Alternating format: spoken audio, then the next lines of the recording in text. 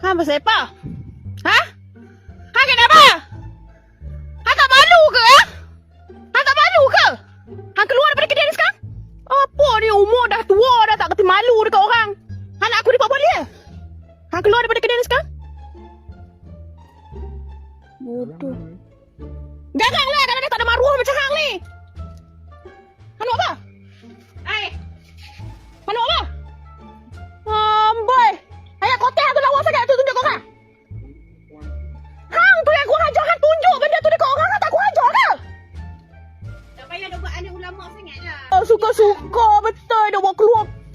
Akulah hang ni. Buat malu keluarga je kalau tak. Bodoh betul lah. Nanti orang duk buat. Yelah cakap aku kurang ajar. Hang tu kurang ajar, hang tunjuk benda tu kat orang. Aku ni siapa dengan hang? Bini hang ke? Kerja Aku kerja berapa hari ke? Berapa lama ke? Kalau hang buat perangai macam elok ke? Oh, sebab kalau kerja lama hang boleh tunjuk hang punya suka-suka hati macam tu. Hang tak rasa memalukan keluarga hang ke? Kalau hang tak takut hang jangan nak masuk dalam kedai ni. Hang pergi buat kat lu tengah-tengah jalan tu. Hang nak buat dalam kedai ni buat apa? Besarkan punai ada tak? Tak ada.